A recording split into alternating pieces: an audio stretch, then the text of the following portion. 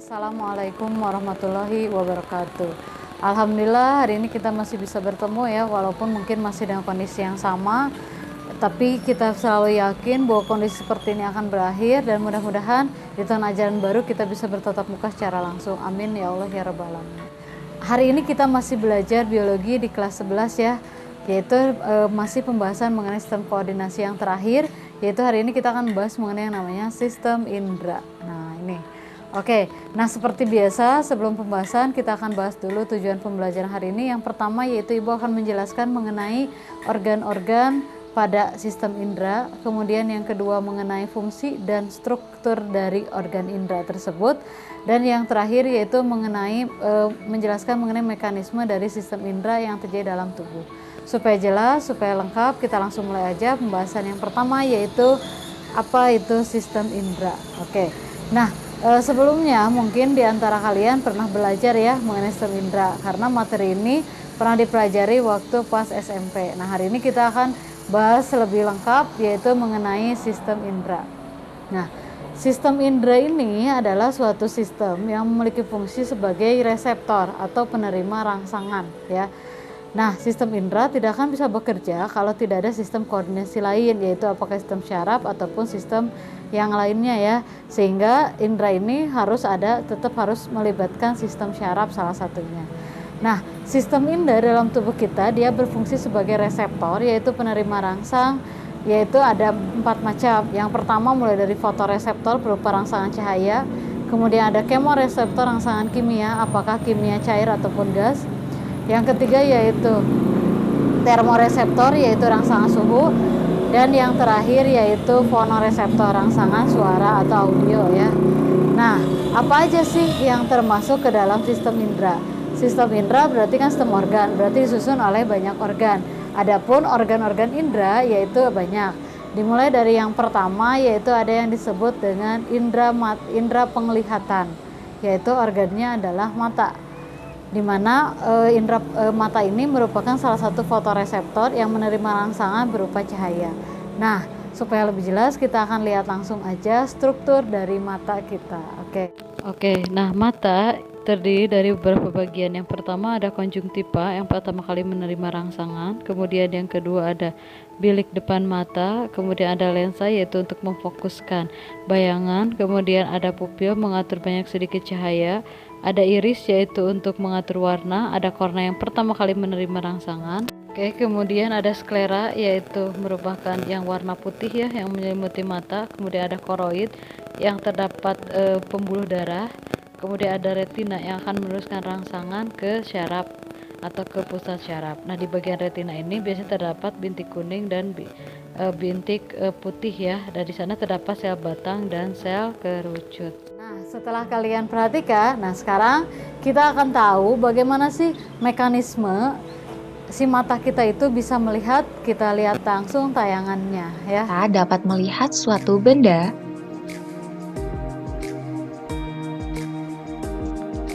ketika cahaya yang dipantulkan oleh suatu benda diterima oleh mata melalui kornea, aqueous humor, lensa, dan vitreous humor, kemudian diterima oleh retina. Rangsangan cahaya diterima oleh sel-sel reseptor, kemudian diteruskan ke sel saraf optik dalam bentuk impuls, kemudian rangsangan dikirim ke otak untuk diterjemahkan, sehingga mata dapat melihat. Ketika mata melihat suatu benda, retina akan membentuk bayangan terbalik dengan ukuran lebih kecil daripada benda yang sebenarnya. Impuls saraf dan retina dikirim melalui syaraf optik ke pusat syaraf penglihatan di otak, kemudian otak mengubahnya dalam ukuran yang sebenarnya dan tidak terbalik. Nah, jelas? Itulah dia bagaimana kita bisa melihat ya, subhanallah ya, betapa panjang tapi prosesnya dalam tubuh kita itu sangat cepat ya. Jadi kita harus bersyukur hari ini kita masih bisa melihat secara normal.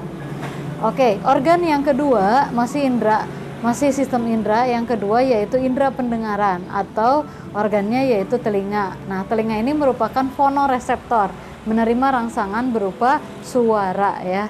Nah, seperti apa organ telinga ini? Nah, kita lihat langsung tayangannya. Telinga terdiri dari 3 bagian. Yang pertama ada telinga luar, telinga tengah, dan telinga dalam. Untuk di bagian telinga luar, di sini terdapat daun telinga dan saluran telinga. Kemudian di bagian telinga bagian tengah, di sini terdapat yang namanya membran timpani yang memiliki fungsi yaitu untuk mengubah gelombang suara menjadi getaran. Selanjutnya, kemudian di bagian telinga dalam, di sini terdapat bagian yang paling utama yaitu rumah siput, di mana si rumah siput ini adalah yang akan membawa rangsangan suara ke pusat syaraf. Dan terakhir di bagian tengah juga terdapat yang namanya saluran etassius yang akan menghubungkan ke bagian tenggorokan. Dan bagaimana sih, dan mungkin kalian penasaran seperti apa sih mekanisme dari cara kita bisa melihat ya? Kita langsung lihat tayangannya. Misalnya saja bunyi trompet. Ketika trompet ditiup, maka akan menghasilkan gelombang bunyi di udara. Gelombang bunyi ditangkap oleh telinga luar yang kemudian bergerak menuju saluran sempit yang disebut dengan saluran telinga.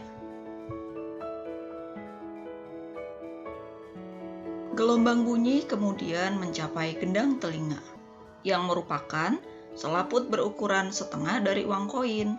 Gelombang bunyi ini membuat gendang telinga bergetar. Gelombang bunyi kemudian mencapai gendang telinga, yang selanjutnya menggetarkan 3 tulang kecil, yaitu malleus, incus, dan ste. Tulang-tulang ini menguatkan atau meningkatkan getaran dari bunyi.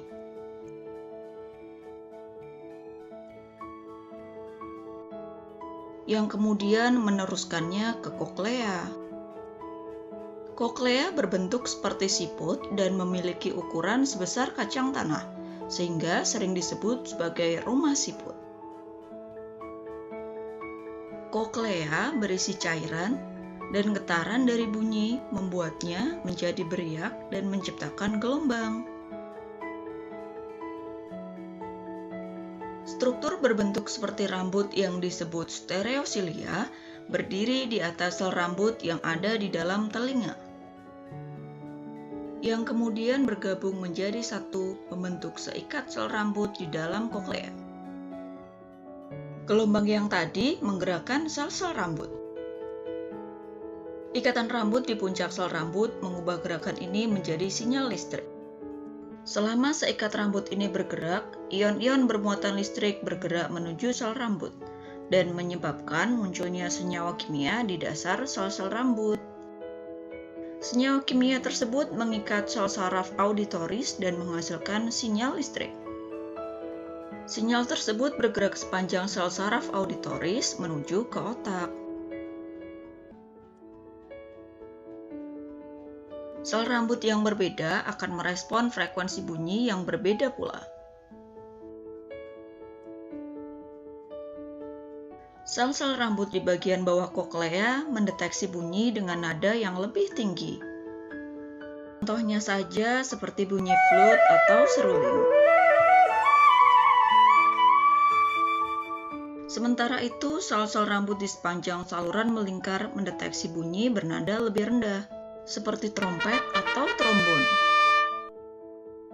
Nah, sedangkan di bagian paling puncak dari spiral koklea, sel rambut mendeteksi bunyi dengan nada paling rendah seperti tuba.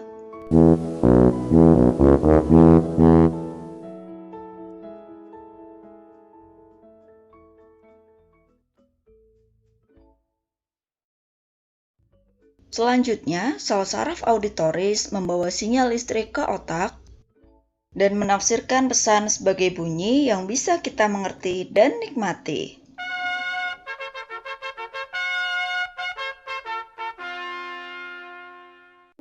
Nah, jadi seperti itulah mekanisme akhirnya kita bisa mendengar ya suara, apakah suara bising, suara keras, atau suara kecil, itu semuanya prosesnya kurang lebih seperti itu. Ya, jadi kalau misalnya ada salah satu di antara organ telinga kita ada yang rusak, ya mungkin telinga kita akan terganggu ya. Oke, selanjutnya kemudian yang ketiga yaitu ada indera penciuman ya, atau nah indera penciuman itu yaitu yang ada hidung. Nah, inilah dia struktur dari hidung. Nah inilah dia gambaran dari struktur hidung, di mana di dalam hidung terdapat lendir, kemudian ada silia saraf pembau, ada serabut saraf pembau, dan serabut saraf ke otak. Nah, untuk proses kita menerima rangsangan berupa bau atau gas ya, itu biasanya diterima oleh serabut saraf pembau yang nantinya akan diteruskan ke serabut saraf yang akan diteruskan ke otak. Nah, dari otak itulah baru kita merasakan adanya bau. Dan bagaimana sih mekanisme hidung kita itu bisa mencium bau-bau? Nah, ini dia ya penjelasannya. Bagaimana prosesnya sehingga hidung bisa mencium suatu aroma atau bau? Sebagai benda gas, bau berbaur menjadi satu dengan gas-gas lain di dalam udara. Saat kita menghirup udara pernapasan, bau tersebut ikut masuk ke dalam hidung. Di rongga hidung, bau akan larut di dalam lendir. Selanjutnya, rangsangan bau akan diterima oleh ujung-ujung saraf pembau, kemudian diteruskan ke pusat penciuman dan saraf pembau. Oleh otak, rangsang tersebut ditanggapi sehingga kita dapat mencium bau-bauan. Selanjutnya kemudian indera pengecap. Nah, indera pengecap yaitu lidah. Yaitu di mana lidah ini termasuk kemoreseptor menerima rangsangan berupa apa? Yaitu berupa gas. Bukan gas apa sih? Cair ya, cair. Nah, inilah dia struktur lidah.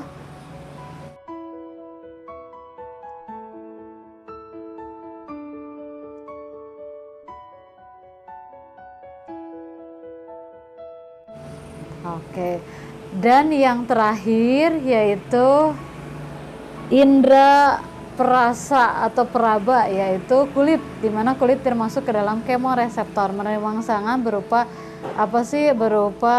Apakah itu termoreseptor suhu ataupun rangsangan sentuhan ya. Nah, itulah dia dan inilah dia struktur dari yang namanya kulit.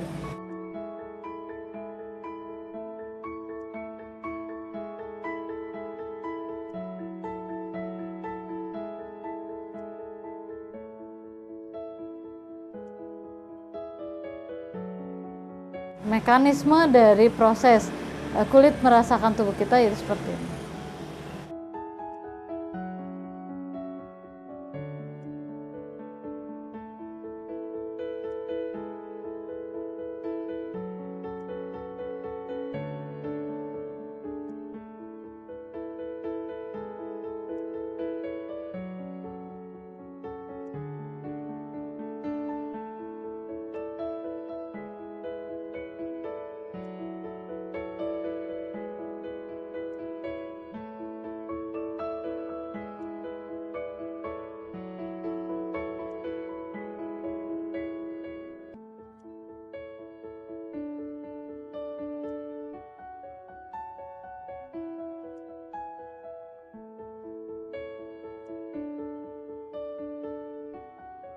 Iya, oke. Nah, jadi seperti itulah mengenai alat indera yang ada dalam tubuh kita. Tapi pertanyaannya, nah apa yang terjadi jika semua yang alat indera yang barusan Ibu jelaskan itu ada kerusakan atau ada gangguan? Nah, contoh misalnya kalau di mata, ini akan mengakibatkan seorang misalnya harus menggunakan lensa mata ya, yaitu ada istilah yang disebut dengan miopi, hipermetropi atau presbiopi ya, yaitu dimana seorang itu harus menggunakan kacamata khusus sehingga dia bisa melihat secara langsung.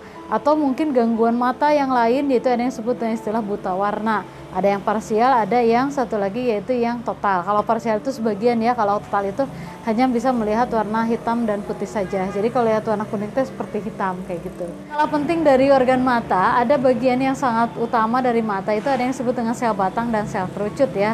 Nah, sel batang dan sel kerucut ini dia akan menerima rangsangan berupa kepekaan terhadap, untuk kerucut ini cahaya, sedangkan sel batang ini kepekaan terhadap warna ya. Nah, sehingga untuk manusia sendiri kita lebih condong banyak sel batang dibandingkan dengan sel kerucut. Makanya kalau misalnya nggak ada cahaya matahari, kita nggak bisa melihat, beda dengan kelelawar atau hewan-hewan malam ya, kayak gitu. Oke, dan yang terakhir yaitu mengenai di telinga di sana terdapat yang namanya organ keseimbangan, sehingga kalau misalnya ada bagian telinga kalian yang rusak itu bisa mengakibatkan keseimbangan kita akan berpengaruh fatal ya. Oke, nah mungkin pembahasan hari ini cukup sekian, mudah-mudahan ada manfaatnya. Mohon maaf bila ada kekurangan, selalu semangat buat belajarnya, tidak gentar-gentar ibu mengingatkan kalian tidak ada usaha yang sia-sia ya kalau kalian bersungguh-sungguh. Insya Allah kalian suatu saat nanti menjadi orang-orang yang sukses. Amin ya. Oke. Terima kasih, pembahasan hari cukup sekian. Mudah-mudahan ada manfaatnya. Jangan lupa dikerjakan tugasnya. Sampai kita bertemu lagi di pertemuan selanjutnya. Wassalamualaikum warahmatullahi wabarakatuh.